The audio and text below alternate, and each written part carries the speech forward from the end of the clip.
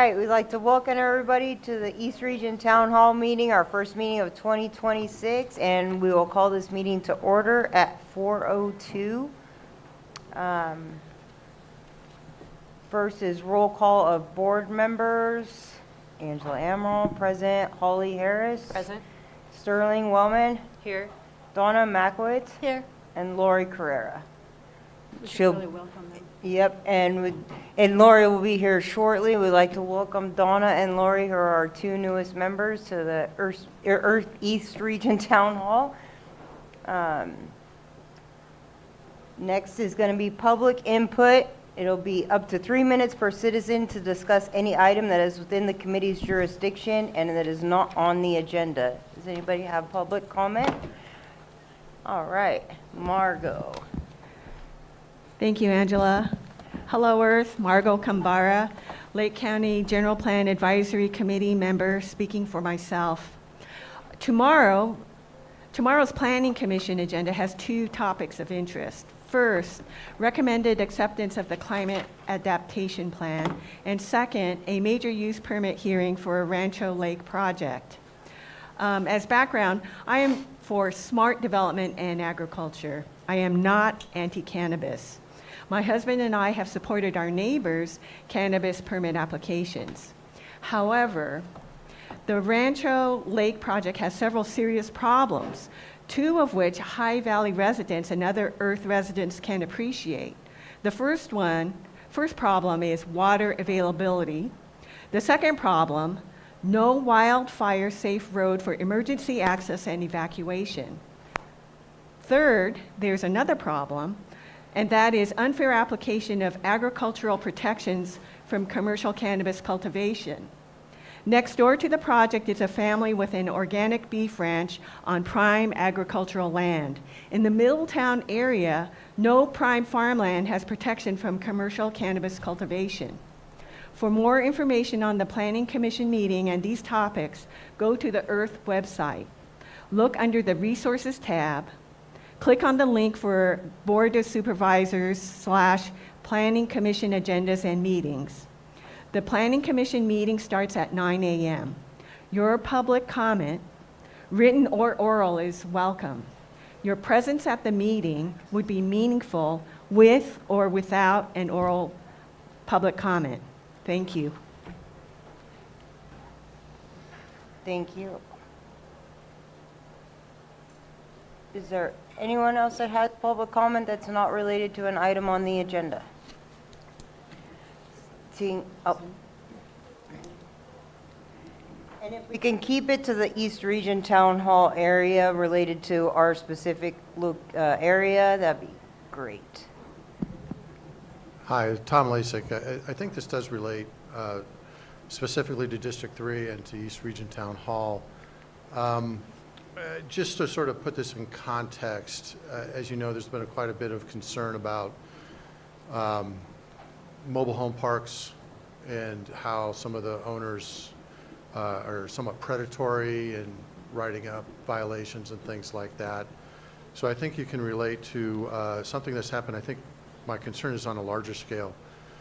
Back in November, it became to light that the Building and Safety Department did not, 6 months into their annual budget, they ran out of money. And to try to, they were asking the board for a $500,000 loan.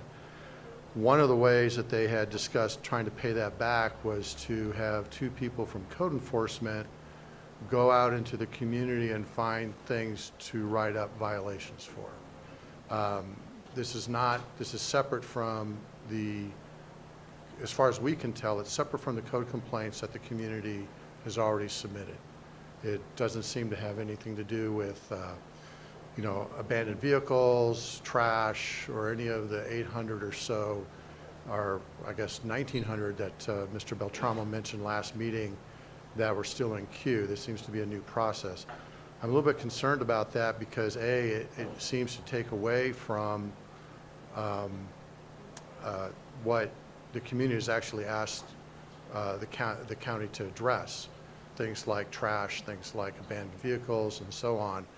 And this suggestion came up not in a meeting to get rid of blight or to get rid of trash or anything like that. It came up in a meeting on how do we generate more revenue?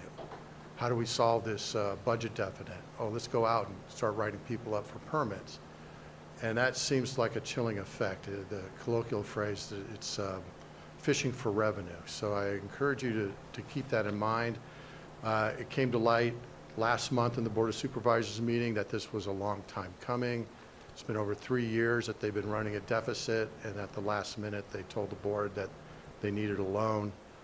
There's supposed to be another hearing about it, I believe this month, from the CAO to explain how this could have possibly happened and whether it's even legal or feasible to have what they're calling curbside inspections. So I ask you to pay attention to that because it directly relates to the challenges of Earth and Worth and CERT. Thank you. Thank you. Is there anyone else with public input? Seeing none, we'll go to our next, Oh, is there anything on Zoom, Thomas? All right, thank you. So we'll move on to approve the Earth minutes from December 3rd, 2025. Is there any questions on the meeting minutes? No? Do I have a motion? I'll make a motion to accept the minutes as presented. Do I have a second? All right. All those in favor? Aye. Aye. Any opposed?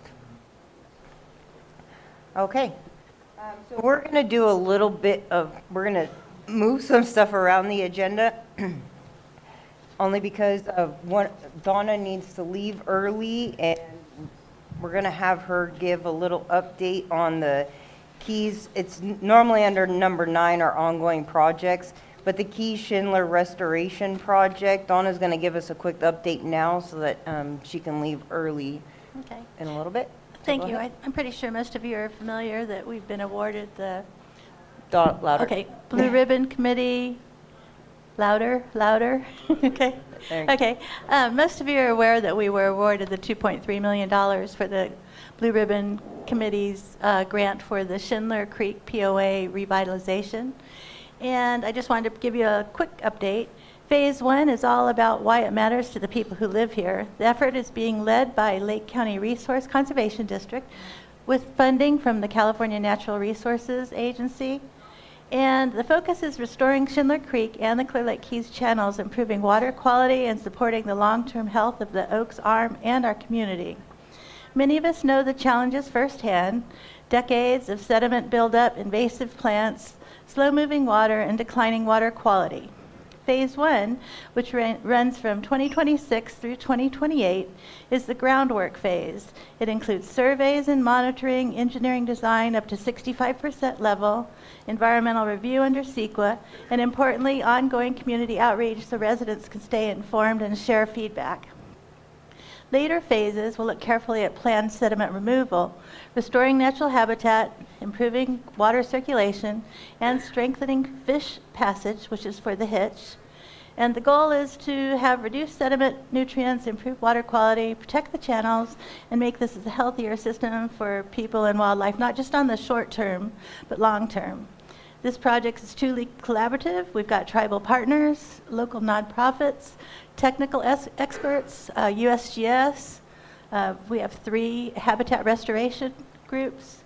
The Keys POA, the residents are all part of the effort, and your local knowledge and experience are critical.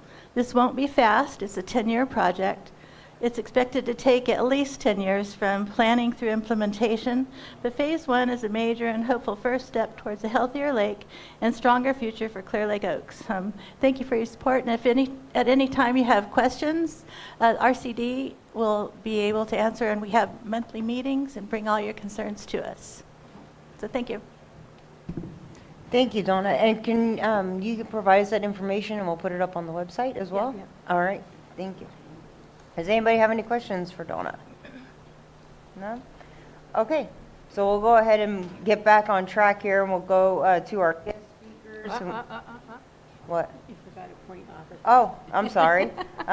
Thank you, Holly. Appoint Earth officers for 2026. We're going to do chair, vice chair, and secretary. So I make a motion to appoint Angela to chair. Second. Okay, so I have a motion and a second to appoint myself as the chair. All those in favor? Aye. Any opposed? All right. And then for vice chair, I'll make a motion to, can I make a motion, sure? I don't know. Oh, okay. You're going to ask. Yeah, I don't know how that works. Supervisor Crandall, can I make, can I make a motion to appoint, who can make a motion to appoint vice chair? I just got appointed as chair. Not right now. Yeah, okay, so, Okay, I'll do a motion you for can't make, Holly. no, Holly's secretary. Okay. You want to do it? Yeah, I'll do it then. Okay, so go ahead, Donna. I make a motion to have Sterling be the vice chair. All right, I'll second. All those in favor? Aye. Aye. Any opposed? All right. And then we'll make, for secretary, do I have a motion for secretary? Sterling, now you can. Okay, I pick Holly. Thank you. All right, so I have a motion for Holly as secretary. Do I have a second? Second. All right, Donna, thank you. I have a motion and a second. All those in favor? Aye. Any opposed? No. All right, so we have our chair, vice chair, and secretary. Now moving on to our guest speakers.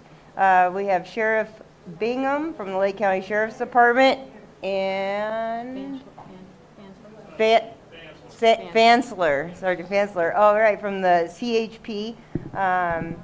So if either one of you, whoever wants to start, we have our podium right there at the back, and And basically, Just- we're going to let them speak, and we're going to hold all questions till the end. yeah. Hello, everyone. Thank you for having me. I'm Lieutenant Fansler. I'm the commander of the CHP in Lake County. I've been the commander for about 4 years now.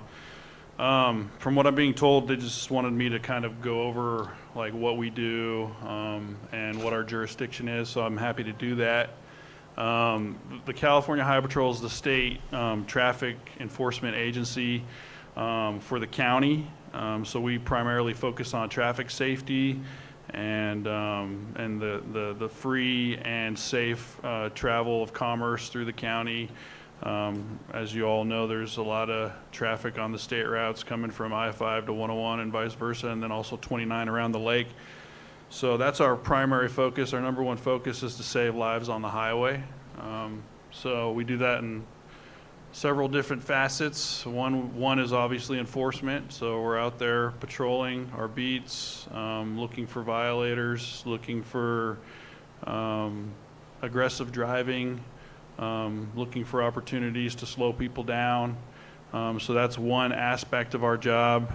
There's also the engineering component. So we work hand in hand with Caltrans to basically identify any areas that might be a safety hazard and come up with fixes, solutions, engineering, all types of different, I don't know, recently or within the last couple of years, one of the projects that we worked with Caltrans was the illumination of a lot of the crosswalks on Highway 20, basically from the Oaks all the way to Nice.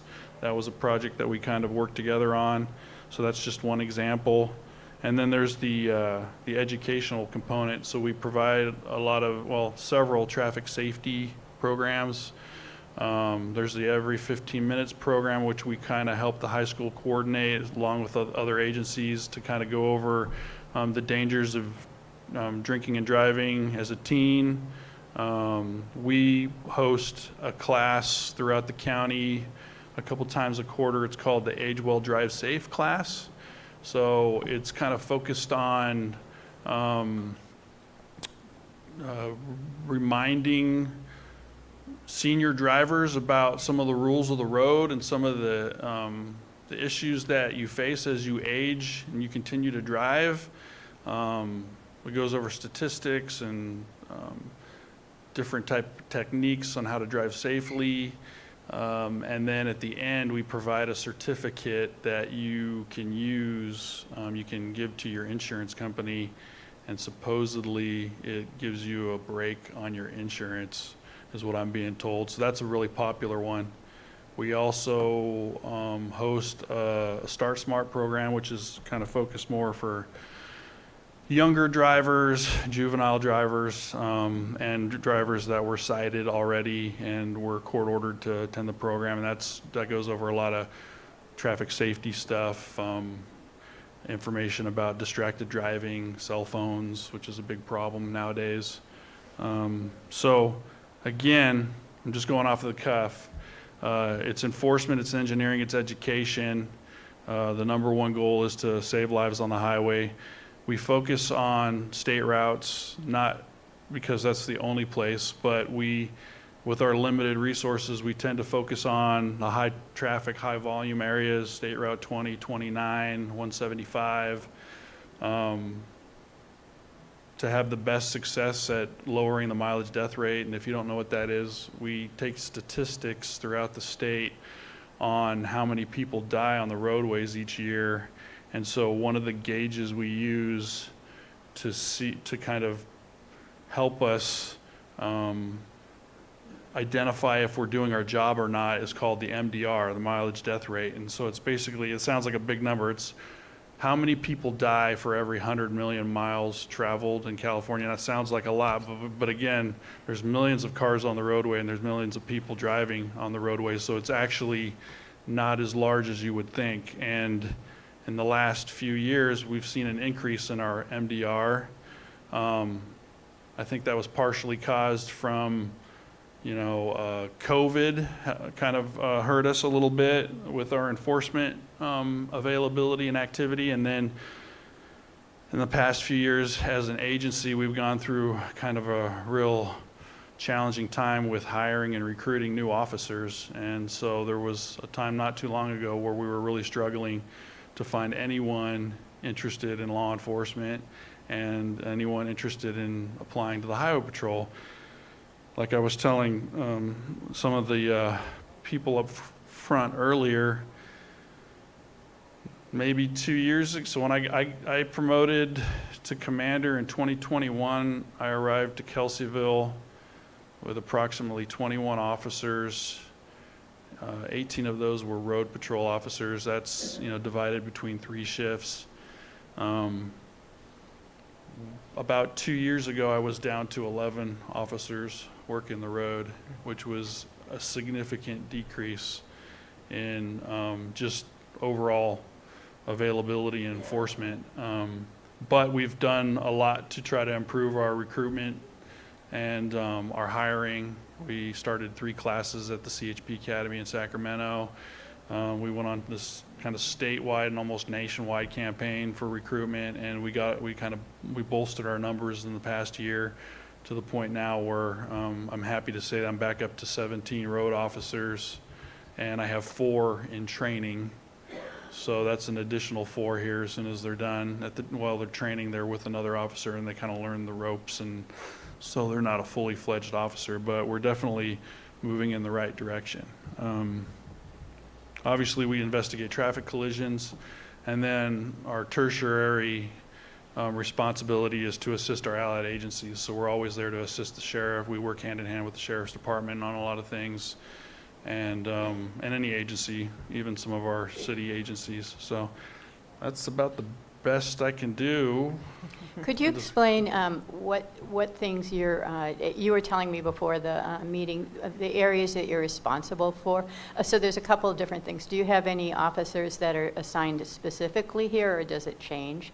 And then the roads, the abandoned cars or speeding on, some of the rural town roads. roads, yeah, the rural roads, how that works. So we have jurisdiction anywhere in the state as far as roadways, but our enforcement effort, our jurisdiction, what we're responsible for is the unincorporated areas of the county. So any roadway, county roadway that's not within city limits, we are allowed to enforce. But like I said before, There's only so many of us on any given day, so we tend to focus our efforts on the high traffic, high volume areas. We also look at statistics on where we have our fatalities and major injury crashes. We document all of those, every single one of them. And so we kind of focus our attention in those areas to try to slow people down and hopefully prevent deaths. So although we do have jurisdiction in some of these, on all the rural county roads within the county, you don't necessarily see us there very often. Now, if you had a specific complaint on a specific individual, vehicle, or just something that you would like a little bit of extra effort on, you can call the CHP office in Kelseyville, and we will take note of it, and we will distribute that to the beat officers, and then when time is available, they will go out and do some specific targeted focusing on things. Recently, we had kind of a rash of school bus crashes, so we started deploying officers early in the morning to follow school buses around. I mean, that's just one example. But for the most part, you're going to see us mostly on, on the main state routes and thoroughfares. As far as this area, this is B12, this is the east sector. We always have somebody assigned to the east sector patrolling, unless we're down to 2 people. So basically how it works, we assign, we go by, we used to go by beat numbers, but now we go by like north, south, east, and west. We make it really simple.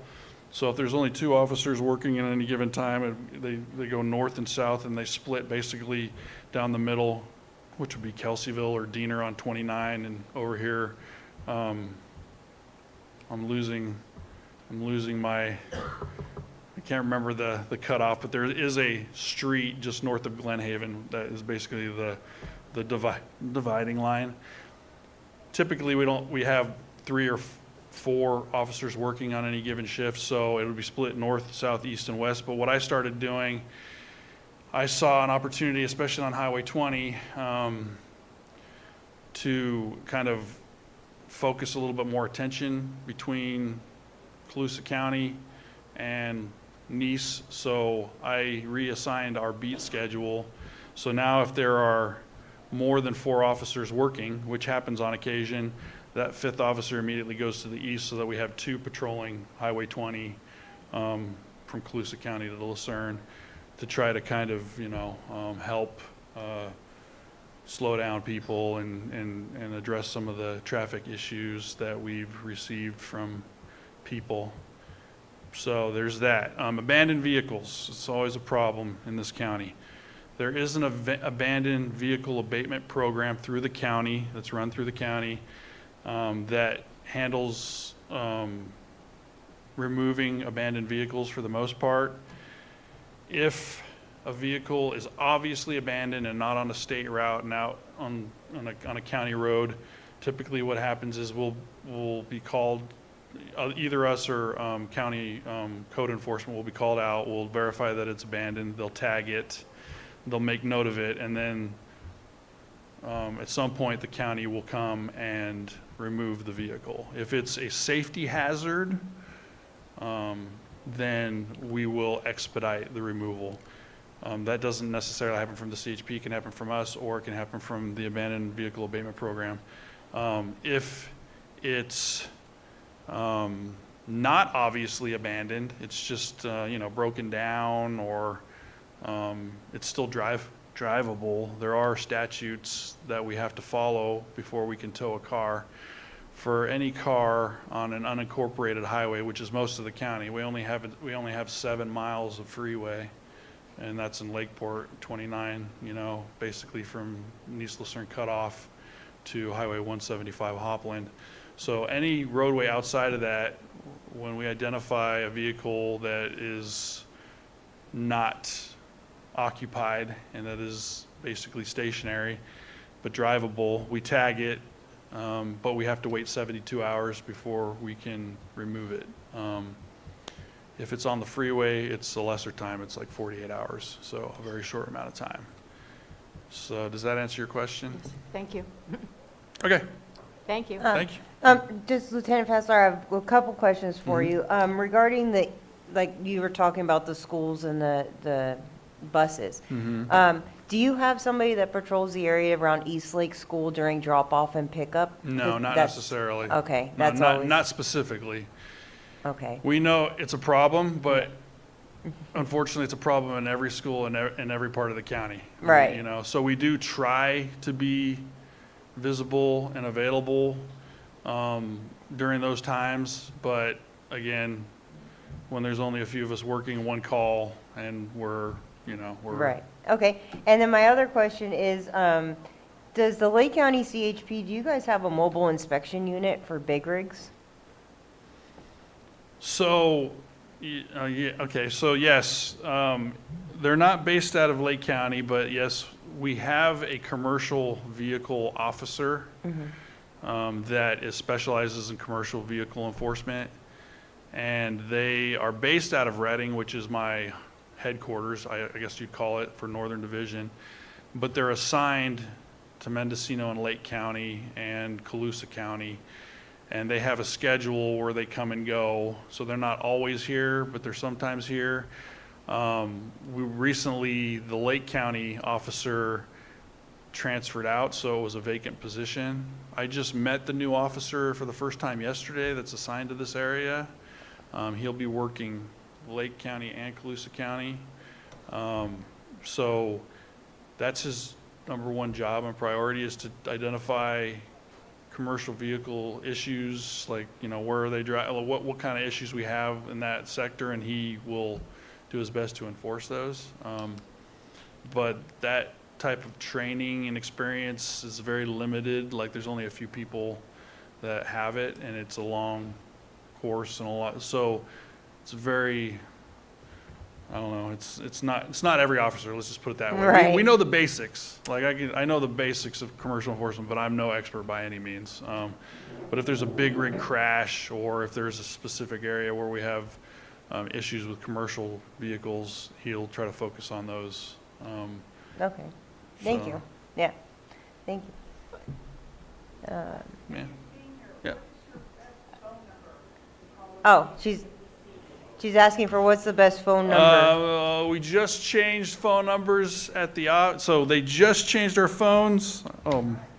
It's 707-281-5200 is the area. That was a test. You got me on that one. So 281-5200 is the new office to the CHP office. And again, if you have complaints, you can call there. They document it on a form. They give it to the supervisor. The supervisor, when he's briefing the officers, whoever works that beat, he assigns it to them, and then they try to address it when they can. All Yes, right. ma'am. The abandoned vehicle maintenance program also cover abandoned boats on the highway? No. There's a different, I'm not 100% sure on what county, maybe EJ knows. Boats? That's not AVA. They don't deal with abandoned. There is some funding that they will try to use from time to time, but it's not like their focus, right? They do use it. So they will use it for boats from time to time. They focus most of their attention on vehicles and motor homes and motor vehicles. Does that answer your question?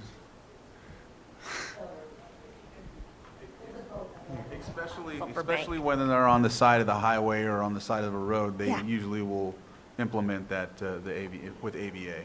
So there's a boat abandoned on the top of Sulphur Bank. Sulphur Bank, yeah. Yeah, and I'm not sure who to call. That's just code. Code enforcement for the county. Yes. Okay. 5200, 5200. And Yes, we'll sir. post the phone number on our website as well. Hold on one second, hold on. We have the video. You mentioned the number of road officers that you have and the ones in training. What is the number of road officers that you would have to be fully staffed? 25. So we're reaching that number. And I have several assigned from the academy to Lake County if they graduate. There's a lot of ifs, but we're slowly getting to a healthy number again. One more over here. Just curious. Tammy Alexei, do you have a child passenger safety program running at this time? A child passenger safety. Car seat. So we used to have technicians. It's actually a pretty extensive training class to get technicians to install car seats. They transferred out elsewhere, so I'm in the process now of getting more of my personnel trained. One of my goals for 2026 is to actually have a car seat event, installation event at the area office. It's Kelseyville. It's kind of central to the county, with maybe a few of my technicians and maybe borrow a few from Ukiah or from my neighboring areas, and like come up with a date, identify a date and a time, and just invite anyone who would like to bring their cars in. If you want to just do it individually, you can call the office. We do have a single officer right now that is trained in installing car seats. So if you call and make an appointment, they will schedule time to install it. But I would like to have an event, or at least a couple throughout the year. That's kind of my goal. I just have to get a few more people trained. There are other agencies in the county that have, I know there's a couple fire agencies. There's different agencies that have people trained, and I also thought about maybe trying to do like a group thing. They did a big one at the, sorry. They did a big one at the, it's not Heroes Health and Safety Fair, the Health and Wellness Expo in October. Oh, yeah. And so, but all of I used to be a trainer, so I know them. So you know, it's pretty. Yeah, I just wanted to see where the program was at, so. Yeah, so we have a program. We have one person trained. I'm looking to get a few more, and then my ultimate goal would be, within the year, have a few events. I mean, we could try a different location, but it's just a lot easier for me to just host it at my office, because then I know I have it, and we've got a big parking lot and nobody ever parks there, so we should have plenty of room. But that's kind of my goal. And when we get to that point, I will advertise it on social media and see if the local media would like to help me out. Great. I'll give you my card just because Oh. I would like to be involved more as a volunteer, but Okay, yeah. thank you. And you can also send the flyer to us as well, and we'll post it on the East Region Town Hall. Any events that you put on, feel free to email them to us, and we'll put them on our website. And just so you know, I don't know if you're into social media. Hi, Beverly. I didn't even see you there. Hey, I talked about Age Well, Drive Safe. Beverly's one of our volunteers, and that's her baby. She helps with that. We have a Facebook social media site, Clear Lake CHP. We have a Instagram, and we have it used to be Twitter. Now it's X. So this is how it works. For any just general posting of information, classes, that's usually going to be on Facebook or Instagram. If there's like a road closure or something like that's happening in the moment that we want to notify the public, we've been directed to use X. Unfortunately, in this county, I know there's not very many followers of Twitter or X, so I tend to focus most of my communication on Facebook anyways. But we do have 3 social media sites that you're more than welcome to follow.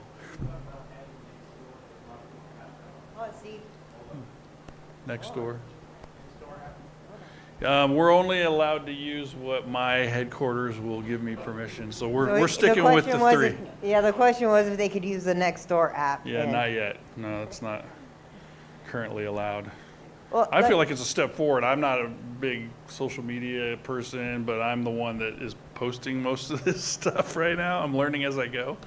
I'm trying to provide more information and be more communicative to the public in that way. Yes, ma'am.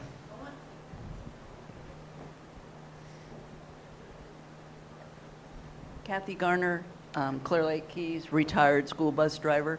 Can you say what districts those, just for me to know, what districts the school bus accidents were in? Not offhand. Oh, it wasn't Canocti, or? I find the bus drivers these days are not. Yeah, Very well trained. I wouldn't want to. I couldn't tell you for sure. I'd have to go back and look. But Yeah, I drove 26 years with no we've accident. had an increase. Yeah. Not a huge increase, but any increase, we take a look at. So Didn't you mention the different, I thought you said school bus or, Yeah, people passing, you know, when they're stopped with the red lights I thought, flashing. okay, excuse me. Yeah, we were following them, trying to catch Excuse me. people, yes. All right. Okay. Well, Thank you very much. Thank you.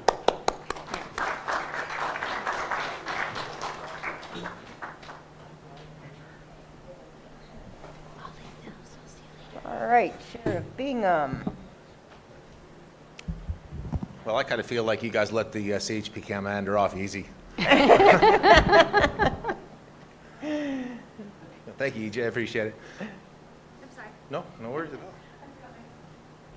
Well, thank you for having me. I am Luke Bingham. I am the Sheriff Corner, or your Sheriff Corner, and I am also the Director of the Office of Emergency Services for the County of Lake. We pretty much focus, our responsibility is criminal enforcement. Our primary function is not traffic enforcement, although if my deputies are out and they do see somebody committing a traffic violation, then they will obviously take enforcement of that. But typically we are not out doing traffic enforcement. That's not our primary focus. Our primary focus is responding for calls for service, assistance to the community, and the criminal investigation is what we do. The same as kind of like California Fish and Wildlife. We'll assist them if they're not available, but our job is not in the enforcement of hunter safety and hunters, people out hunting and so on like that. That's not what we do. So generally, everybody wants to know what's the condition of the sheriff's office. So I start these meetings with kind of where the sheriff's office is right now. And I'm going to give you the doom and gloom. It ain't good. We are making progress. There's light at the end of the tunnel, and I'm seeing things that are giving me a lot of encouragement from the future. But right now, in general, my patrol staffing is 4 deputies and 1 sergeant for the entire County of Lake per shift. And we run 12-hour shifts right now. So that means I have 2 deputies south, 2 deputies north, and 1 sergeant that's floating the entire county. I pulled out some stats just for Clear Lake Oaks, just so I can give you a understanding of what that 1 deputy that's assigned to Clear Lake Oaks is dealing with. And Clear Lake Oaks is everything from Glen Haven to the Colusa County line, all the way through into Lower Lake is the beat that 1 deputy is responsible for. In 2024, we responded to 5,485 calls for service in just Glen Haven, Clear Lake Oaks, and Spring Valley. It got a little bit better in 2025. Staffing was exactly the same. 2025, we responded to 5,351 calls for service. It's a reduction of 9%. In 2024, my deputies took 582 cases. In 2025, we took 505 cases, so a little bit less. And then in 2025, we took 391 criminal cases. So it's a reduction in 7% in criminal filings through the sheriff's office in the Clear Lake Oaks area. Our arrests went from 311 in 2024 to 244 in 2025. So we've seen about a 7% reduction in calls for service and crime reports in the Clear Lake Oaks area. Typically, what we see is the primary areas that we have issues with are drugs, theft, and persons crimes. Those are our big areas. Sorry, what right was now. that? Drugs what? Drugs, thefts, and then persons crimes, person-on-person crimes, is generally what we see as the 3 top that we're dealing with in the Clear Lake Oaks area, which is pretty typical of the entire County of Lake. When I run the statistics throughout the entire county, I tend to do it by beats so that I have those numbers and I'm constantly watching those numbers. It's pretty average throughout the entire county that's the top 3 that we deal with. So currently my staffing is allocated at 30 patrol deputies. I currently have 27.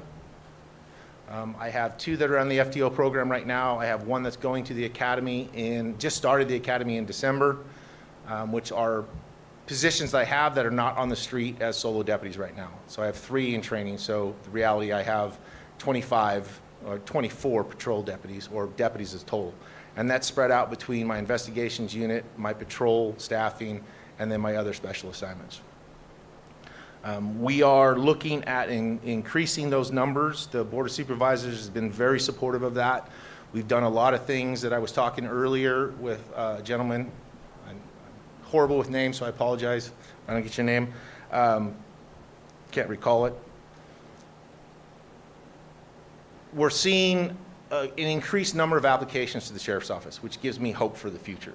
So right now, when I first started in management in 2019, 2020, we saw that dip. We were averaging about 5 to 6 applications when we had open positions.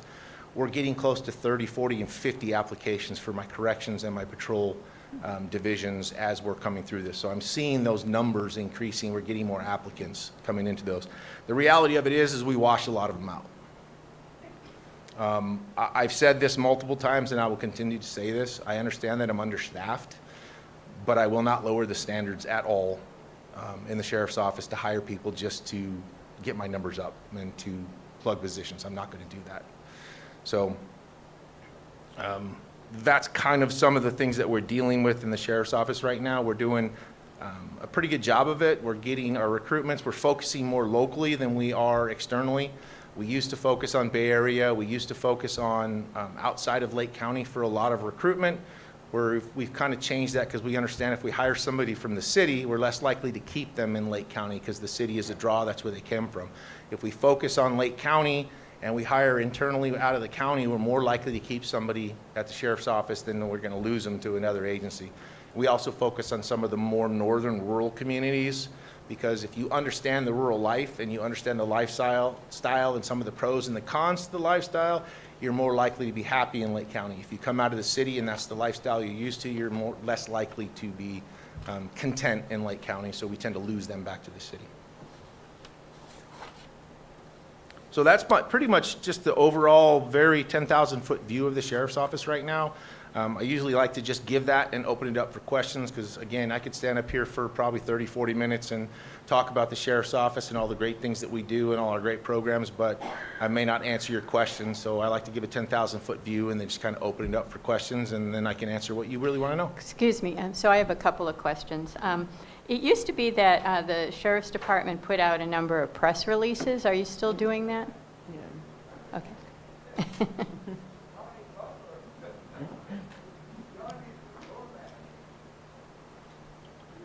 Yes, we do.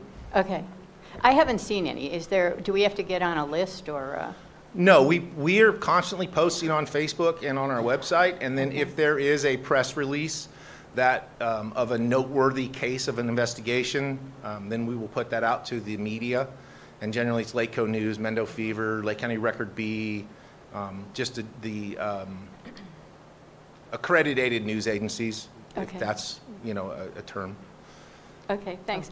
I noticed in the dispatch reports that in Clear Lake Oaks, there's a number of extra patrols. I noticed that Island Drive, Island Circle has an ongoing extra patrol at 6 o'clock. There was also an extra patrol going to the post office because somebody was sleeping in there.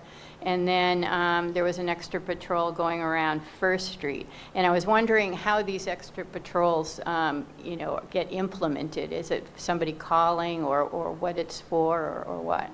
Yes, generally it's somebody calling. So we have an extra patrol program in the sheriff's office. So if you're seeing a problem in your area, you can call the sheriff's office, request extra patrol in that area, and then as my deputies have availability to do so, they get assigned those based on the beat that they're working for that shift. And then if they have the availability, then they spend extra time on those streets or in that area or checking on that particular building where there's a potential problem that the community sees as a problem. Okay, and how long does that go on for typically? 3 weeks. 3 weeks, okay, got it. So that's just something where they would call the sheriff's office about? Yes, call our dispatch, request extra Call patrol, dispatch. and they'll get logged and then it'll be added to the list. Okay. And do you want to rattle off that phone number for us? Just because we do have people on Zoom watching, and this is recorded and posted later. Not a problem. Our non-emergency line is 707-263-2690. Thank you. Then I have another question too. Obviously, we had some activity here in Clear Lake Oaks a week or so ago, and I understand that everything's still under investigation, but can you just tell us a little bit more about the alleged pipe bomb, and then there was a stabbing on 3rd Street? Yes, it was not an alleged pipe bomb. Okay. We contacted the Napa County Sheriff's Office, who has a bomb squad that we work with. Excuse me. And unfortunately, I like to bring this up. Their sergeant that works for their bomb squad is Sergeant Frank Walsh, who used to be a deputy with us, who we lost to the Napa County Sheriff's Office. But he brought his team up here. They were able to identify it. They did identify it as a destructive device, and they destroyed it for us. My major crimes unit is investigating the source of that, and that at this point, because it is an ongoing investigation, is all I'll say about that. Thank you. We received the Nixle alert, so that was great. And then there was a stabbing on 3rd Street, I think the day before, if you know about that. Yes, I do. Okay. Again, it's an ongoing investigation, but there's no threat to the community. It seems to be two gentlemen who had a history with each other and their families. Okay. And they happened to run into each other and decided to handle it in a uncivilized manner. Okay, thank you. Sometimes we get rumors that go around, so Yes. it's helpful to hear straight from you. Yes, both subjects were contacted. One of them is in custody. The other one is not, because of the circumstances of the investigation that I'm not going to go into because it's a continuing investigation, but there is no threat to the community. Okay, and then my last question is, what are some of the things that we can do here in the E.R.T.H region to make ourselves more safe? Neighborhood watches, community patrols, anything like that? Yes, I'm all for that. If somebody wants to be the lead on that and sets something up, I will more than happy to send my sergeants and my patrol division commander down to give guidance. Okay. The biggest thing with those is just observe and report. That's the hardest thing when it comes to a lot of crimes that we see. It's quite frankly frustrating for my deputies when they come to a crime scene and there's 5 people standing around and 1 person involved, and everybody that was standing around goes, I didn't see nothing, I don't want to get involved, I don't know nothing.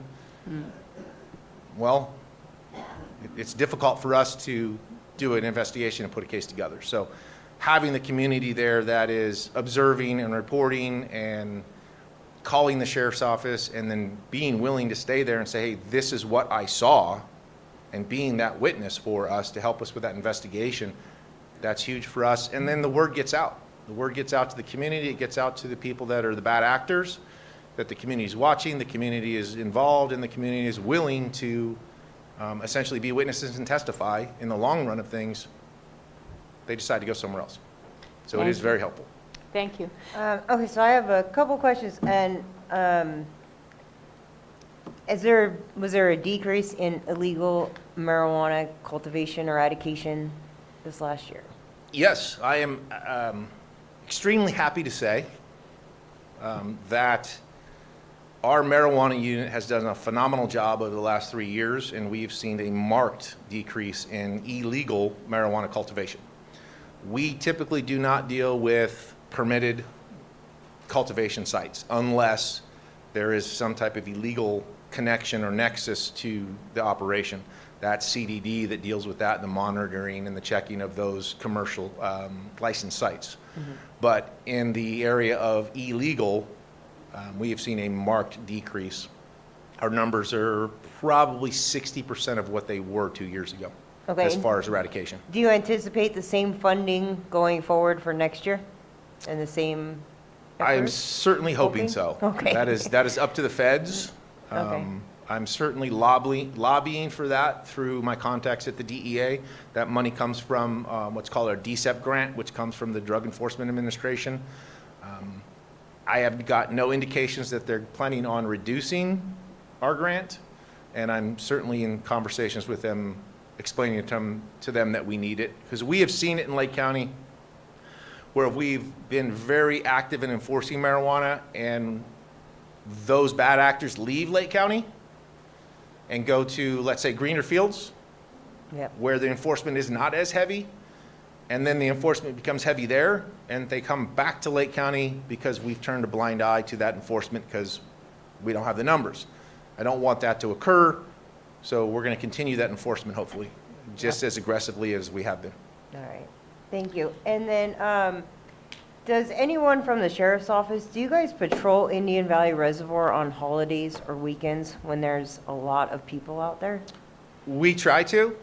You have a nice Jeep to take out there? We do. Unfortunately, that is grant funded to the state of California through California State Parks off-highway vehicle enforcement. And unfortunately, we may have lost that grant for the 25 calendar year, Okay. which without that grant, I can't do off-highway vehicle enforcement. I don't have the funding for it, nor do I have the deputies for it. Thank you. I just know there's a lot of activity out there. And then It's another. not, I just want to, it's not for certain that we've lost the grant. Yeah. But it's not looking, I don't have a warm and fuzzy feeling about it right now. Okay. But we're still working towards that, and we're still trying to get that grant so that we can do that enforcement on the big weekends. Okay. And then going back to the same thing that Holly had touched on about, excuse me, rumors in social media. Can you just briefly discuss, because this is the first year people have been able to hunt swans, and I'm sure your office is getting a lot of phone calls about it? Not that I'm aware of. No, okay, wonderful. There's a lot of posts on social media, and I've gotten asked questions about it, about people hunting from the lake, which we've always do during duck season, so. Okay, well, that's good to know that you're not getting, If we get those calls, we will direct them to California Fish and Wildlife. As far as any enforcement action is concerned with the sheriff's office, agree with it or don't agree with it, it's legal. yes. I didn't So know I if your really boat- can't take any enforcement action when it's legal. Yeah, I didn't know if your boat patrol was out there just looking for bad actors. Okay, I think that's all that I have. Actually, if people wouldn't mind going up to the podium, what- because Angela shouldn't have to run around. I do have So some questions. what we're gonna, Okay. yeah. Go ahead. So what we're gonna do, hold on, when we get to public comment, Sterling has a question. I'm gonna give you this one, and then people can walk up, you can walk around with that one. People can walk up to the podium. Okay. and use that one. Okay, so my questions are about evacuations, and with, like, the community I live in is Spring Valley. We only have one way in, one way out, New Long Valley. So this is actually a combination for the both of you guys to answer. What is your plan if you were to have to evacuate Spring Valley and New Long Valley was completely blocked and there's no way to get into the community? And do you guys have plans with North Shore Fire on how to get in there? Because right now, the low water crossing, you couldn't cross right now if something was to happen. There are incidents that happen in '24. A semi-truck's fuel tank blew up. It was in November, good thing. It did go into vegetation, but it blocked New Long Valley. There was a car accident where a car flipped and fuel was leaking in August of '24, shut down our road for probably about 2-3 hours. Luckily, it didn't catch fire, but there'd been no way to get in to get us. And then in 2018 or 19, New Long Valley was wiped out by a mudslide, so we were told that, hey, you guys can stay in the valley for 3 days. There won't be no emergency services that will be able to come in because they had to put a Bailey Bridge in, or you'd have to leave to where you could do that. So my question for you guys is, what is your backup plan for the community of 1,000+ people if New Long Valley gets completely blocked?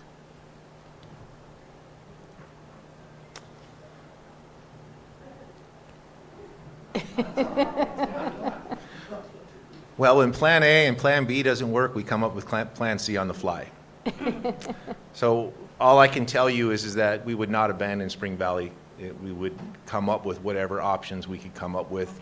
I know there are ways to get into Spring Valley from the Indian Valley Reservoir side through Chalk Mountain Road, although that is four-wheel drive accessible, but it's an option.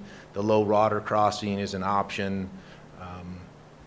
So I You know, guess- quite frankly, I think it is something that the Spring Valley community needs to lobby the county for an additional route in and out that is a sustainable route. I know one of the things that we plan for on our EOC side of things in OES is that when we look at evacuation planning, especially for Spring Valley and different communities, Spring Valley, we, to use this term, we pull the trigger on Spring Valley for evacuations a lot sooner than we would on any other community because of the understanding that there's one way in, one way in, one way out. So we tend to up our timetables when it comes to dealing with Spring Valley for different things like fires and so on. We look at that, and maybe in, say, the Hidden Valley community, we're looking at a fire and the progression of the fire and the speed of the fire, where we can delay the evacuation order for 45 minutes to an hour to see what the fire is going to do to make that final determination. Where when we're dealing with Spring Valley, we don't wait that time frame. When we see something and we see, okay, this could potentially impact Spring Valley in 2 hours or 2.5 hours, we're going to call that evacuation right now, because of that understanding of the one way in, one way out, and moving a lot of people and a lot of traffic in and out of there. So we do have those contingencies, major contingencies as far as, you know, one of the mountains falls off and blocks the entire roadway. That's a Plan C situation at this point, because, you know, you can't plan for every single solitary inevitability, but it's also something we're not going to just go, well, you're on your own. We wouldn't do that, of course. If we have to call in the National Guard and multiple Chinooks and land them in there and pack people up in those at 57 people at a time and fly them out, then we'll do that. So then my last question would be, would you guys be in support of supporting the community on maybe letting the county know about pushing for grant funding to get a bridge over Old Long Valley, so there is another way in and another way out? Yes. Thank you. And one last thing, Sheriff Bingham, is there an OES plan for dam inundation? Yes. Okay, thank you. Again, there's a Plan A, a Plan B, and a Plan C, and then we'll On come the up with fly. Plan D if we absolutely have to. Well, and we've been speaking with Director Ewing, for the Klaus Park, and possibly the ridge right here behind the Moose Lodge as a alternative emergency, because that's maintained by PG&E. Yes. So, all right. So if anybody has any questions, what we're going to ask you to do is to go up to the podium, ask your question, and then Sheriff Bingham will answer. If you We're gonna can try to also, keep- please oh. keep it focused on this area. That's okay. Tom Lasik, just a question. I've heard you mention this before. One of the challenges is when it comes to attrition for your department, you know, people coming in, doing their time and then immediately going to other greener pastures where maybe for salary. I was wondering if you could share if the salaries for the sheriff's department is becoming more competitive, if that's still a challenge, so that we can, you know, retain quality officers. Thank you. Yeah, we've actually made a lot of inroads in that area. The Board of Supervisors has been very supportive of that. We've gotten some pretty decent pay raises over the years. I know my predecessor, Sheriff Howe, we had, I believe, 7 positions in the patrol that were allocated funded positions that we weren't able to fill at that time, and this was 2 years ago. Our applicant pool wasn't as good as it is today, so he made the decision at the time, and I agreed with him at the time, to take those allocated positions off the books and use that money, that salary savings, to give raises to the patrol staff and our correctional staff as an incentive to retention in the department. So, and it worked at the time. I was speaking about it earlier when I first got here. We've seen a lessening of attrition to other agencies at this time. I can't think of I've been in office for a year. I believe in 2024, when I was the undersheriff, we lost 1 deputy to another agency, and in 2025, I have not lost any deputies to another agency. I contribute that to 2 things, in my opinion. Number one is that our salaries are now competitive. We're not competitive with Sonoma County and Napa County. We just can't be. We don't have the economic base for that to be that competitive. I mean, there's deputies in Napa County that are making $20 an hour more than my deputies are making. We just don't have the tax base and the economic base for that. But we create a good culture in my department, and then we have competitive pay. And I think those 2 things have helped with our retention. We go a long way, and the community, it's one of the things that I love about Lake County. We have the Sheriff's Foundation, which is a nonprofit foundation that was started by Sheriff Martin back in 2016, and then we do an annual fundraiser every year for that foundation, and we use that money to support our deputies. Because we've realized over the time, and this is not something that I come up with, and, you know, I'm the genius, I got this idea. I'm standing on the shoulders of previous sheriffs and people, quite frankly, that are a whole lot smarter than I am. You can't just take care of your deputies. You have to take care of their families. Because when a deputy goes to work at night, their wife or their significant other is also walking that beat with them at night. and we forget about them sometimes. And so when that deputy's at work and then they go home and their significant other is dealing with the problems that come with this career path, this career field, and they're not being supportive, then that translates to the deputy, and then the deputy's not feeling supported. So when the deputy's out in the community, he's not happy or she's not happy, and it's a trickle-down effect. So our foundation allows us to take care of the deputies. It allows us to help and take care of the families and support the families. So we have that holistic approach to the law enforcement community. And I believe that helps with the retention too, because the deputies understand in this department, we're going to take care of you. We're going to look after you as long as you're doing the right thing. I'm not going to say, you know, if, in my personal opinion, the way I am, if you're not treating my community correctly and you're doing something wrong, I'm going to get rid of you. I don't want you here. That's what we talked about earlier. I'm not going to lower the standards in the sheriff's office just to fill positions. I'm not going to do that. I wouldn't do that to the community, and I don't want to work with that person, so I'm not going to do it. But we do take that approach. Quite frankly, I meet with every single employee that we hire.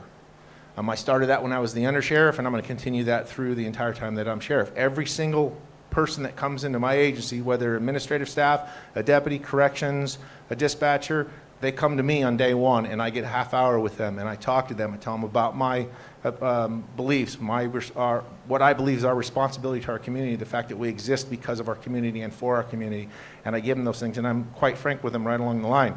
If you treat the community great, you do what you're supposed to do, you're going to have a great career here. If you don't, I'm going to get rid of you. I'm not going to have it in my agency. Set that standard right away that they know this. They like that. Another thing I tell them, and I get kind of pushback for this all the time. I tell all of my deputies and every employee, when I'm in the office, don't call me sheriff, don't call me sir, call me Luke. It's okay. That's what I want. I want that relationship, and I think that goes to the culture of the department, which helps retention.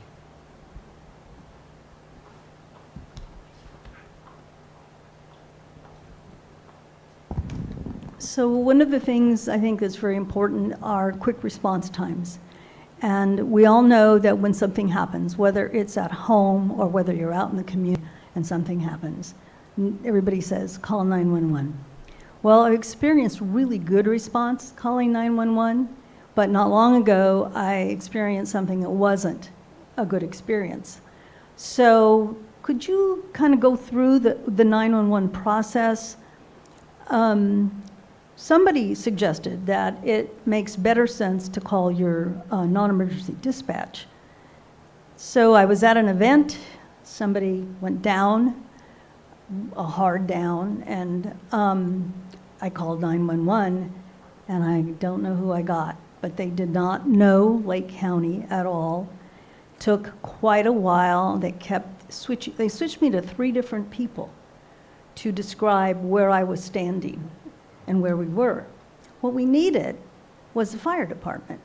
They were just a few blocks away. So could you walk through the 911 process? And I do want to say that I've experienced really good response in the Clear Lake Oaks area, so thank you for that.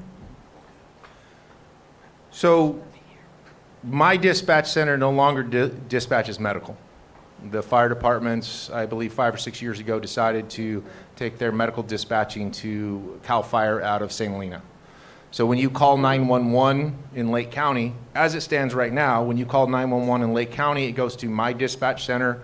Once they find out that it's a medical call, a request for medical assistance, it's transferred to St. Helena. And their dispatchers in St. Helena then dispatches one of the fire units, depending on the jurisdiction, to handle the medical call.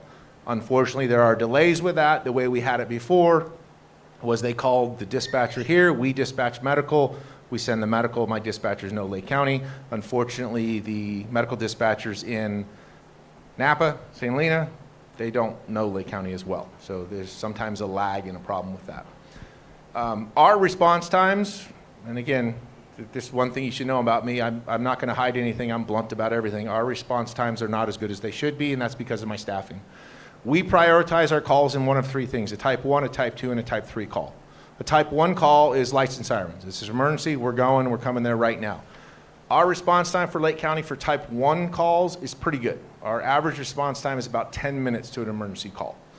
And when you think about the size of Lake County and the fact that I only have 4 deputies patrolling the entire county, to get somewhere in 10 minutes, first unit on scene in 10 minutes, That's a pretty good response time for the size of Lake County in the area that we cover, 1,300 square miles, a little over that.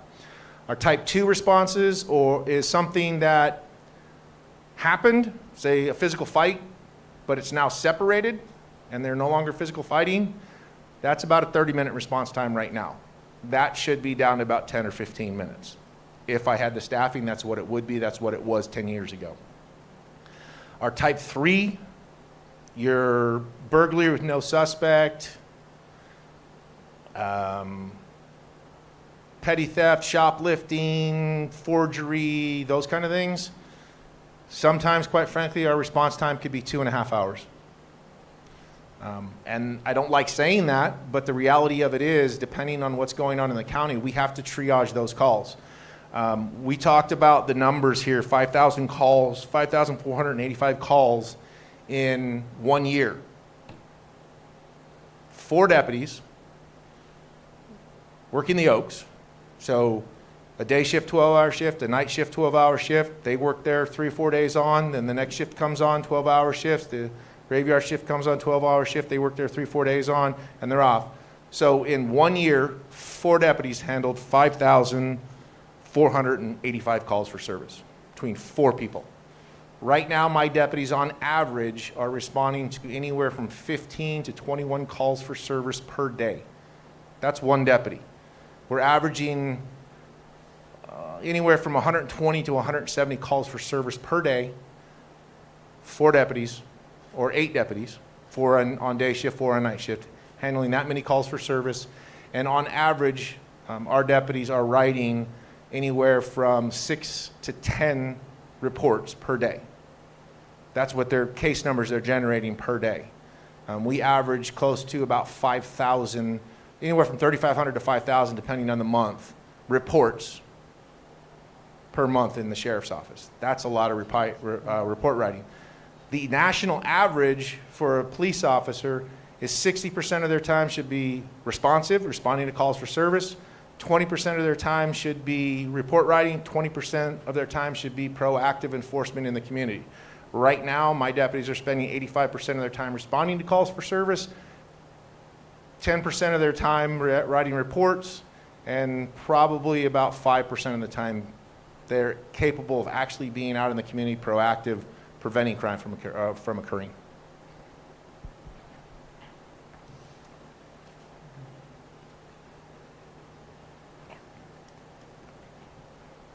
Hi. I actually have 2 questions, and one may be silly.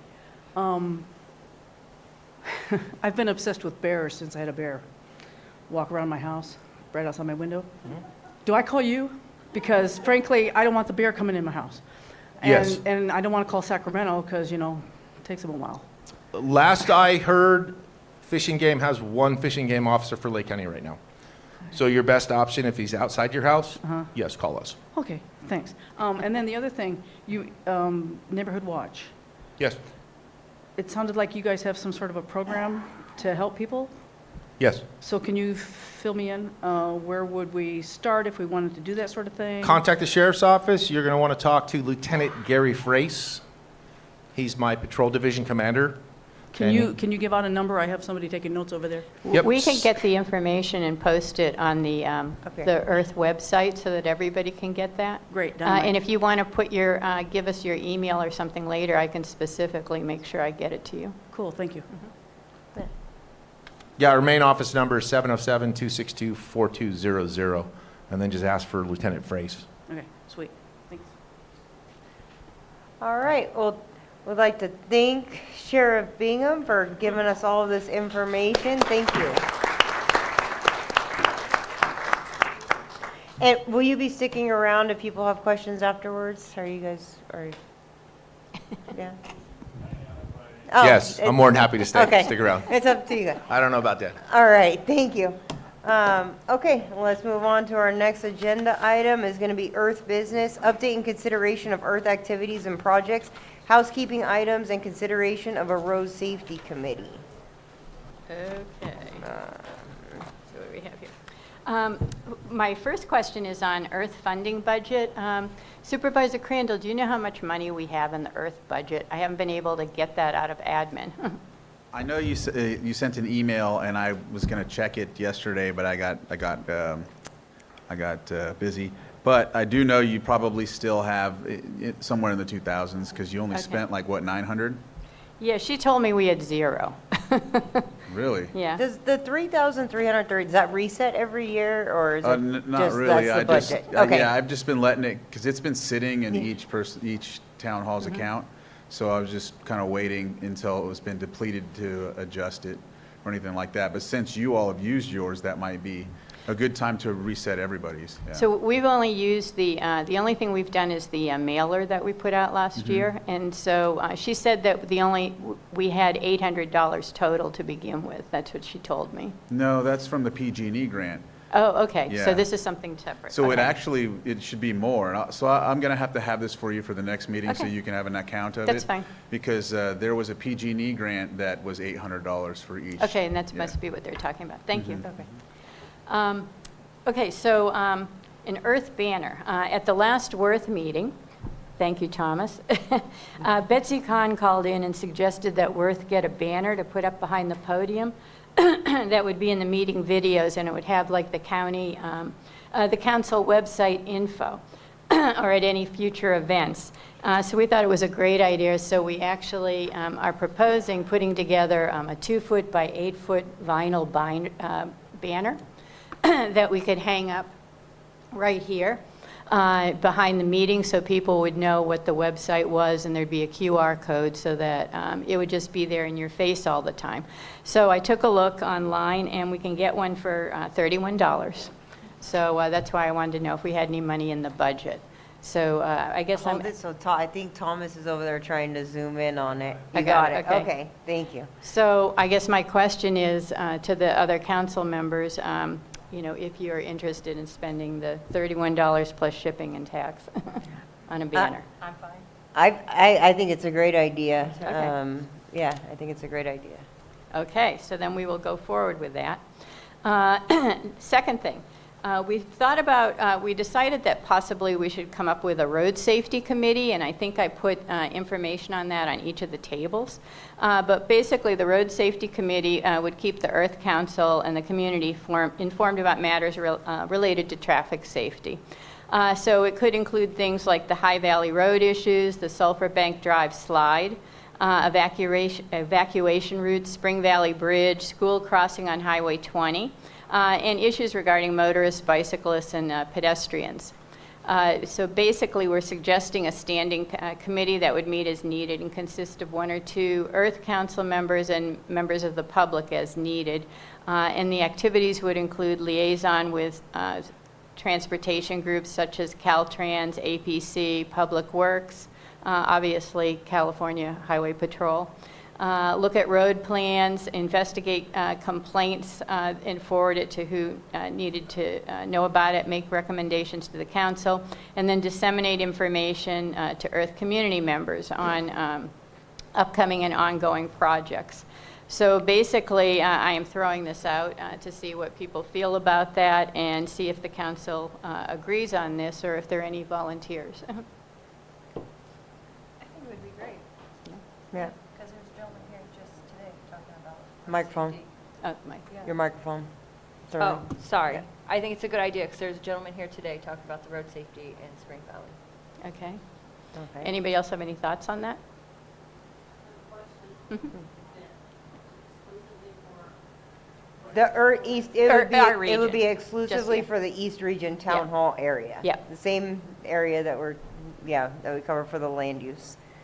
Yeah, I'm in agreement because we do know we have a lot of issues with the school. High Valley, Sulphur Bank, we've got EPA coming up, so, So basically, then I do know that Lori, who had a doctor's appointment and wasn't sure that she could get here in time, I know that she's interested in this. Is this something that I should bring up again, or do we just want to create it?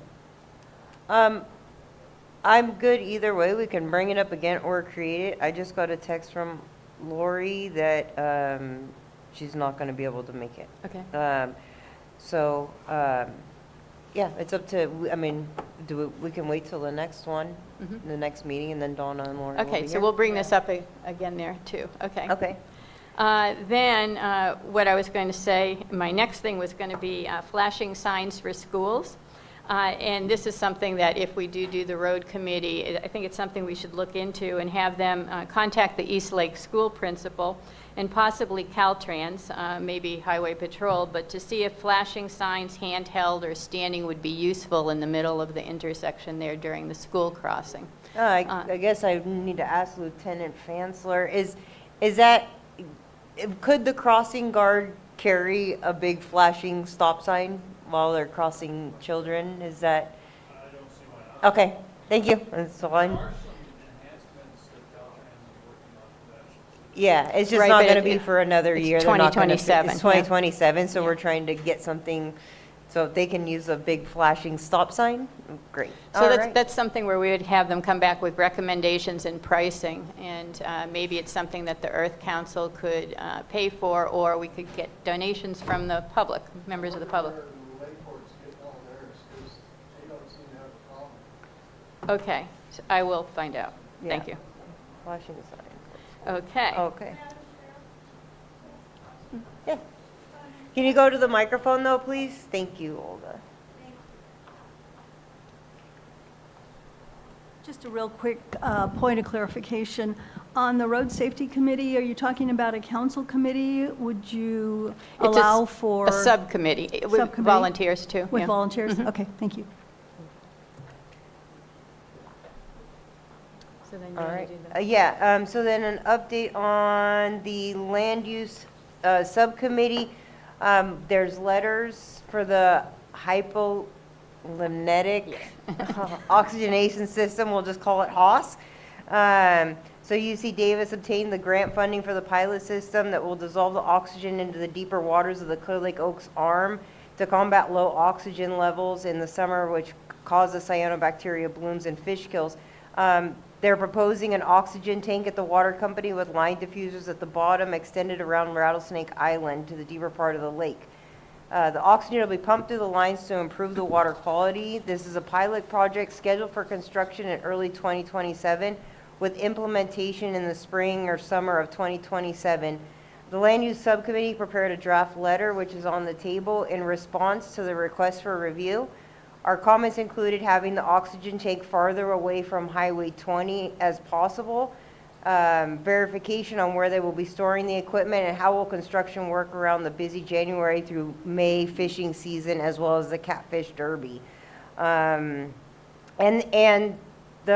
They will be coming to do a presentation on this in March. Yeah. Does the Earth Council have any comments, or does anybody have any comments on the letter, or can we approve the letter? Does anybody have any questions? No? Okay. Yeah, you like A the motion? letter's good? I'll second. Okay. I have a motion and a second to approve the letter. All those in favor? Aye. Aye. Any opposed? All right, thank you. And then the next one is Global Interactive Solutions. This is a pending cannabis project on Highway 53, which proposes 2 phases with 2 to 3 acres of cannabis cultivation, up to 12 greenhouses, processing building, and a pole barn totaling nearly 50,000 square feet. It's currently posted on SequaNet for public comment through January 19th. The Land Use Committee prepared a draft letter, which is also on the table in response. Technically, it's not in the Earth region. It is across the street from the Earth region and is in the shoreline area plan. For those that aren't familiar, it's just across from, It's the next the to bus the- barn on going into Clear Lake. It's across the highway from the bus barn. It's next to the one that's right next to the highway on Highway 53. Yeah. Yeah. Yeah, we had two major comments for this project. The parcel is zone scenic combining, which does not allow greenhouses, processing buildings, or accessory structures. We also requested that the hydrology report be streamlined to reference just gallons per day, rather than a myriad of terms like acre feet, gallons per minute, making it quite confusing. So does the Earth Council have any comments, or any residents have any comments on the letter?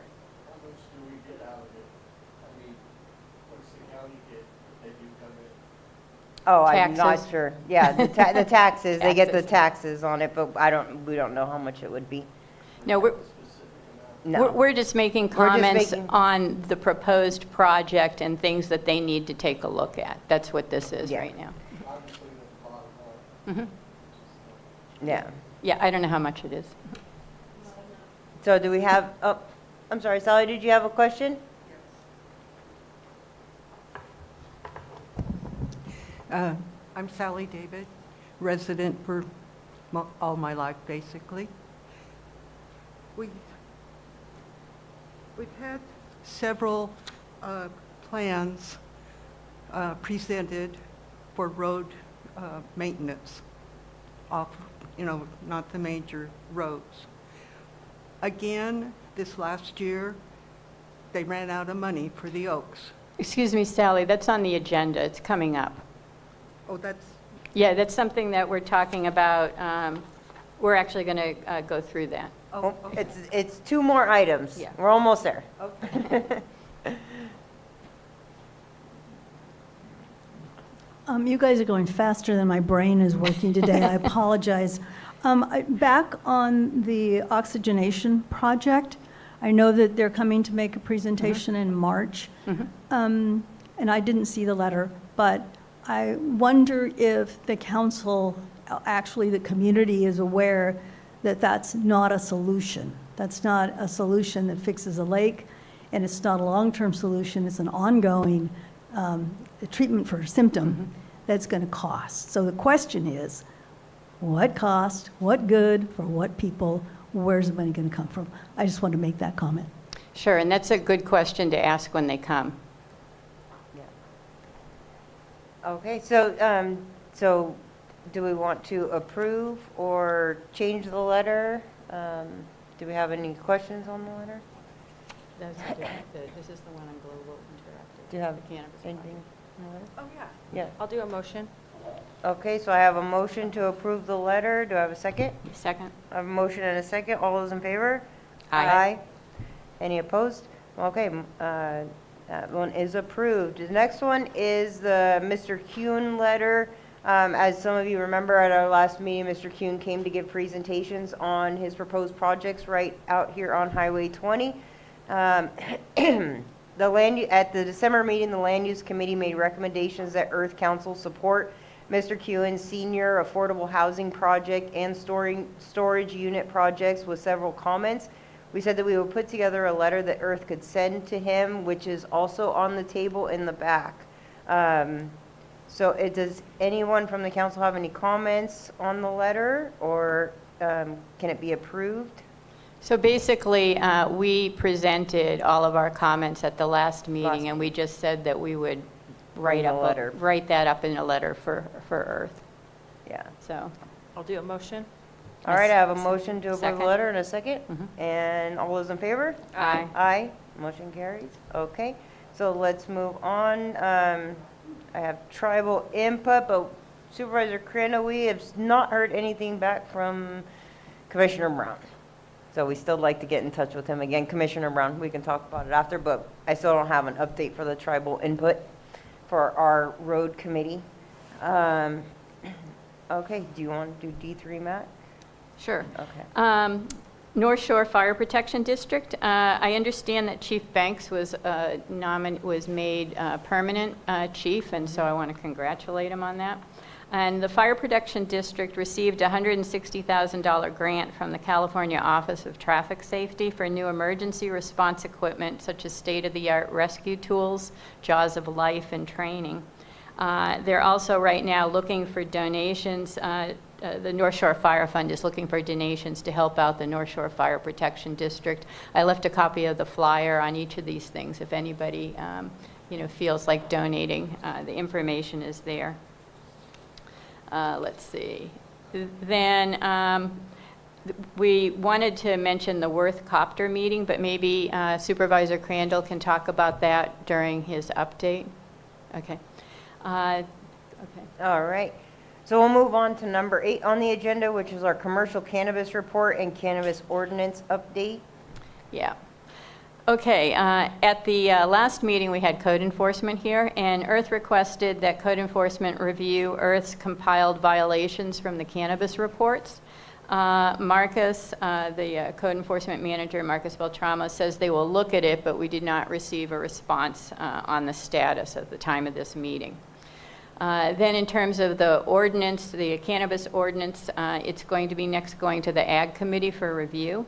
This is the partial update to the ordinance. Ag Committee will look at it this month, and after that it will go to the board for their approval, but we have no dates yet on when this will happen.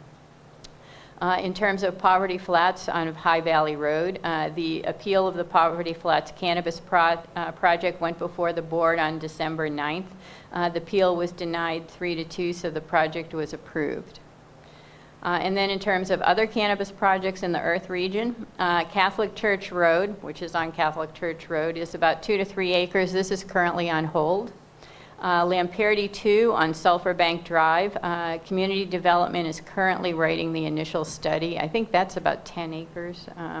When complete, it will be uploaded to Sequanet for public review, and there's no dates for this at the moment. Then Lemon Glow, which is 20 acres on High Valley Road. This one was a bit of news. This originally went out for public review in September of 2023, but it had so many issues that CDD sent the project back for revision. So we were under the impression that the project would be recirculated for public review as we had received unverified revised site plans in August of 2025. And in, I think, December of this year, we had received a request for review of the new updated plans.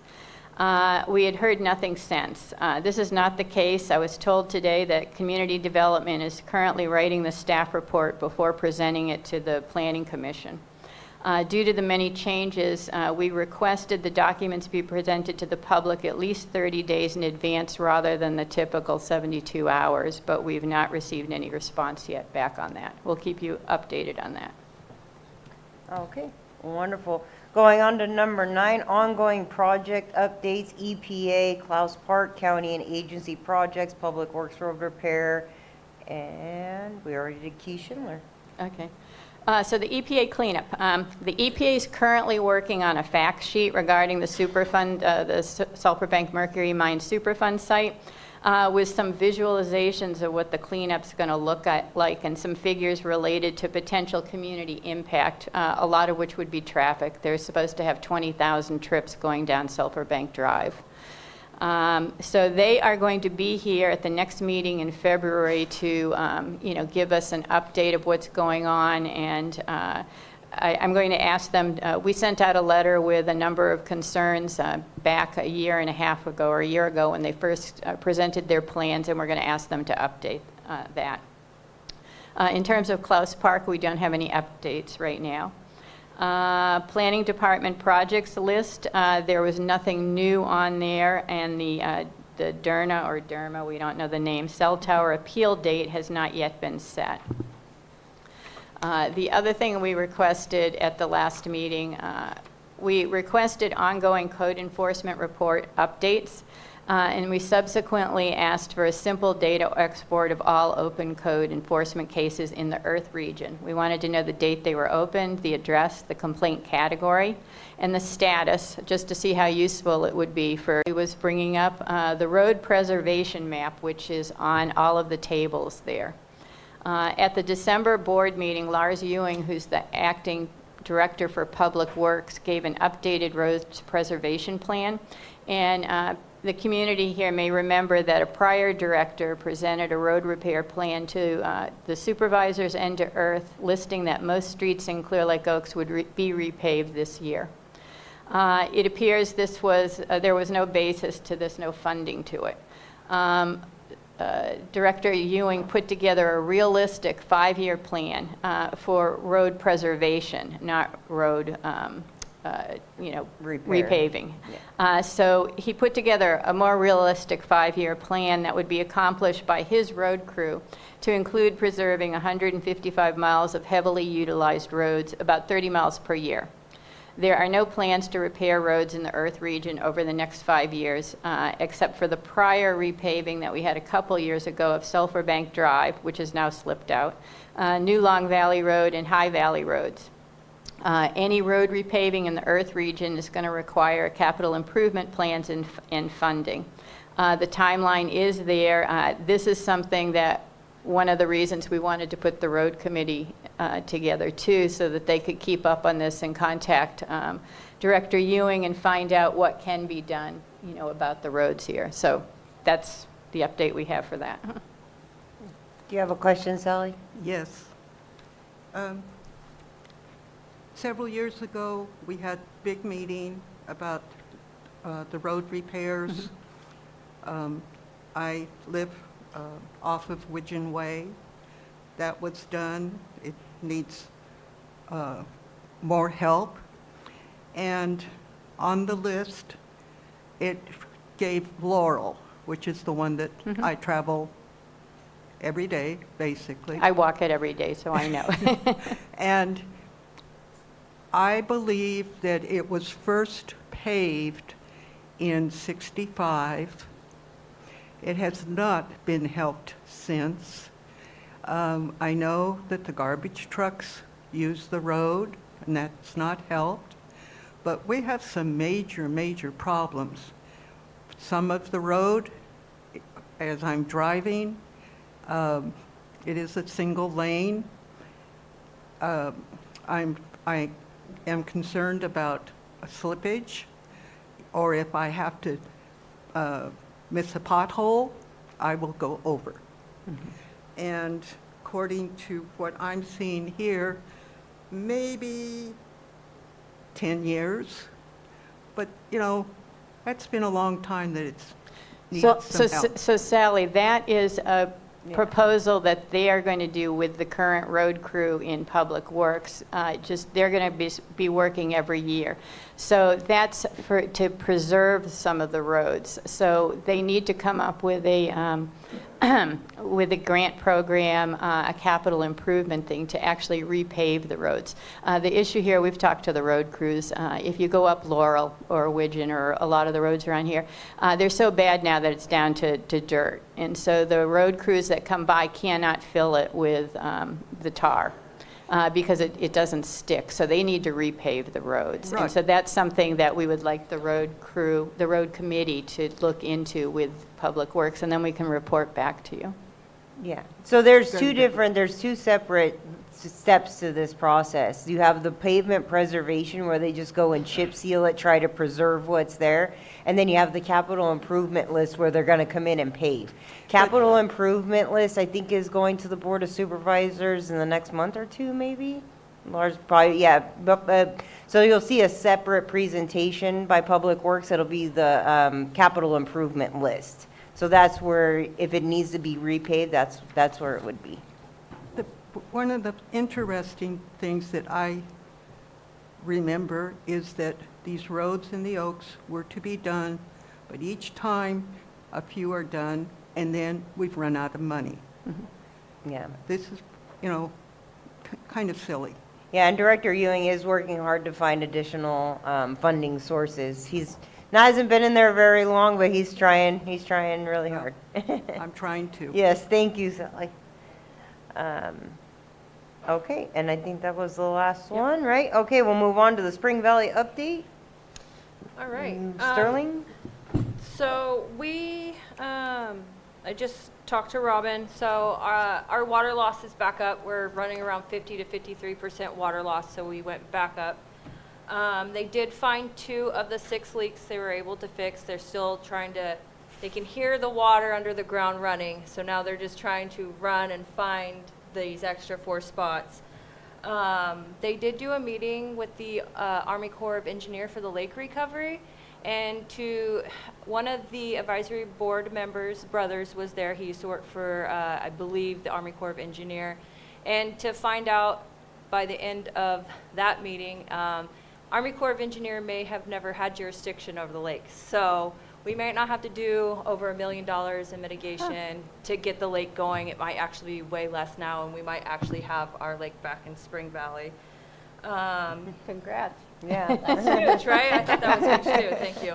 And then I guess the only other update I would have is I did request from special districts. I want to know what the total cost was to run our plant for 25, and then I'm going to turn around and find out how much was billed, and then we'll find out how much money is being paid to the lost water for the year, because I think once I average out the variance reports for 25, we're going to be sitting above 50% water loss. So if I can configure exactly how much is being spent on the water loss, and with the 12.5 miles of water main, we might be able to turn this into the State Water Board and get the grant money we need to redo the system.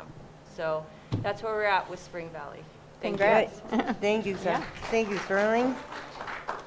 All right, we'll move on to Supervisor Crandall. Sterling, good job. Yes. I'm glad that Robin's working with you too. I know that that was an issue for a while, but Yes. you two seem to be getting along good, and that's wonderful news. And so I did want to, there was a couple things that I was like, I need to talk about that. But I'll first start off with, we did have a town hall, I know it was mentioned, and it was in Nice. It was basically about Copter. Sheriff Bingham was there along with the Community Development Director, Maria Turner, and Marcus Beltramo. They pretty much wanted to hear from the sheriff most of the time. But he answered a lot of questions. It was a lot more close. There was no minutes or anything because it was just a regular town hall where we invited people. There was no recordings. There was no minutes taken or anything like that. We just kind of like went through picking people and things like that. I just moderated it and let these guys talk about it, and it was really good. I'd like to have another one, and I think sometimes it's good to have those even here. Oh, actually, that's one thing I was thinking about is you can have those here. I want to comment and give you all kudos because this group usually doesn't have as much angst as the others. So it's not like I really. It's not like I really would. It benefits to have this, but it's not as much as a need because of the way that you handle your meeting. So I wanted to make sure that I gave you those props because it really helps. But I would not be objected to having one of those meetings here if we need to. But I just wanted to give that insight and input.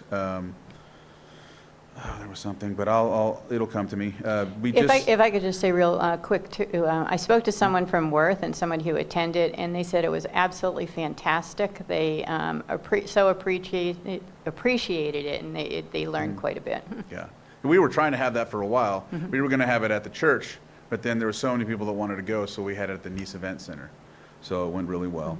The county just recently hired a chief public defender. Last month I reported that we lost our chief public defender, but now we appointed somebody who actually used to be the lead in the LID group that used to, prior to us putting together the public defender's office and for the county, that was who was in charge of that. So we'll see how that goes. He swore in yesterday.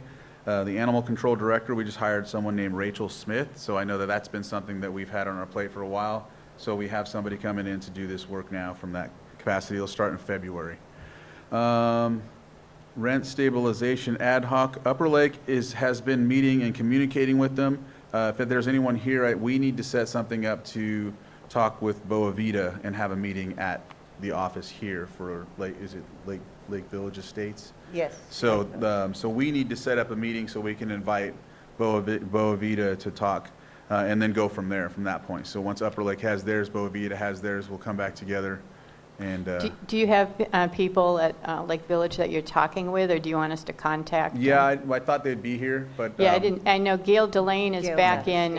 State. She's back on the East Coast taking care of her father. But I can always contact her and have her contact the people here too. Sounds good. Okay. We'll do that.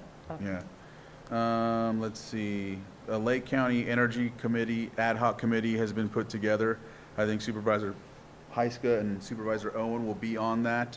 And it's going to address all the aspects of how to, seek out alternative energy. Just be on the lookout for that ad hoc. You talked about the county road improvement plan. And so a couple of notes from that.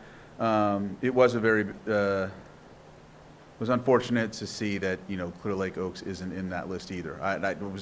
It's tough for me. It's bittersweet because we have some parts of Upper Lake and Nice that are going to be, but here we are again. the road plan that, I don't know if this was mentioned earlier, that the road plan that was put in place by Scott DeLeon was a 5-year plan. I think Clear Lake Oaks was first then, right? We were first. And then the next year it switched, and then we were last. And then now Lars has told us that that was a complete pipe dream. All that was really there for is so that if we got any type of funding, then we can go forward from there. But it wasn't necessarily anything that was going to happen. So, I don't know, but I know that's frustrating. One thing we did talk about in that meeting was also how we can implement any sort of. So if there's projects going on that year, if we can divert some of those projects to specific areas, and I know Supervisor Owen was on board with that, with me on that aspect, because it doesn't make sense to not spread out the work and just do it in one area. So we were hoping that we could convince the department to come over and do others in different areas, not just here, but also Middletown or wherever else that needs the service or the work to it. So, so we'll be continuing to push that. I think with your committee's information bringing to me, I can, push that forward as well. Potter Valley project, PG&E has reached out to myself and Supervisor Sabatier to meet, and so we'll see how that goes. That's on a different side of things. Another is that we're waiting for the invitation, but there has been talks of a meeting down south in Anaheim with the Farm Bureau and a possible discussion with some of the administration from USDA and whatnot. So we're just waiting on a letter, and then once we get that, I think Bruno and I are going to Rochambeau on who goes down to that. So we'll see how that goes. But it's a good opportunity to see how the administration can help us with that whole situation. And there's been a lot of good work done by people that are from Potter Valley. And then not only that, Angela has been a real big help on that too. So I just want to make sure everyone knew she was doing a lot of work on that. It really helped out, and keeping my eye on the prize when it comes to that. So you might notice there's a flock camera on Sulphur Bank Road near the highway, because the other one that was up kept getting broken down. I don't know if you've seen it. They constantly would pull it out of the ground and throw it somewhere, shoot it, beat it up, whatever. So we got that one moved to where the road meets the highway. It does the same coverage. It's a license plate reader, so it's not really necessarily there to catch people dumping per se. It's just catching someone that's pulling out that may have dumped. And so we have another one that's supposed to go to well, I guess I can say it. It's supposed to go to the top of the hill because there's another one over in Clear Lake that would catch them going in. So there's actually an area where you can find or get a picture of someone's license plate. Now, there is some actual cameras that will be put in place that will record when someone's in the area. So we'll be able to see like a Toyota pickup pull up, do their deal, and then if you don't get their license plate, well, we know that in one of the other spots they're going to be seen. So that's the goal with that. So we're able to maneuver and put some other things in place to catch some people dumping. That was the hard part with Flock, was that we only had license plate readers, so you have to basically triangulate and hope that you're catching the person that actually dumped. Now, with these cameras in place, we'll be able to, catch the act or see the act.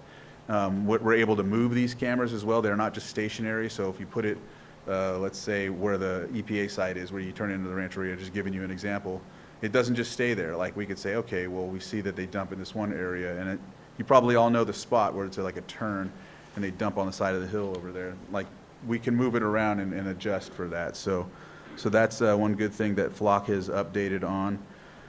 Let's see. I think that's what I have for now. I'm not seeing anything else.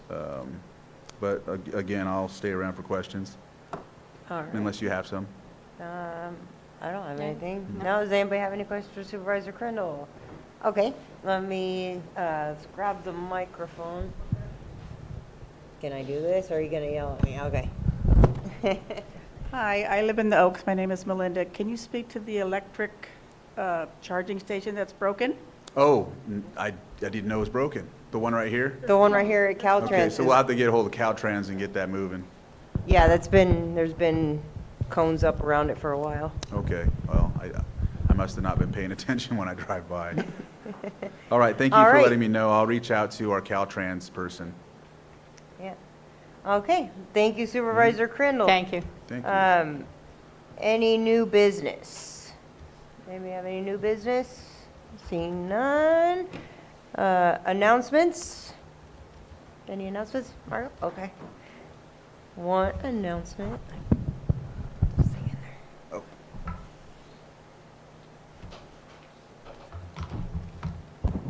Hello, Earth. Two quick things to share with you. First is on your banner. If you would like to keep your dollars in Lake County, I would suggest that you look into getting your banner done by the UPS store. I know the one in Lakeport does banners, so that way you don't send your dollars out of the county. No, thank you. I looked all over for places in Lake County first and didn't find any. Darn, okay. They don't advertise it. Yeah. I see that the UPS store in Lakeport does do banners. I don't know if it's going to be as large as you want. That I can't speak to. But what I would like to also draw your attention to is there is a program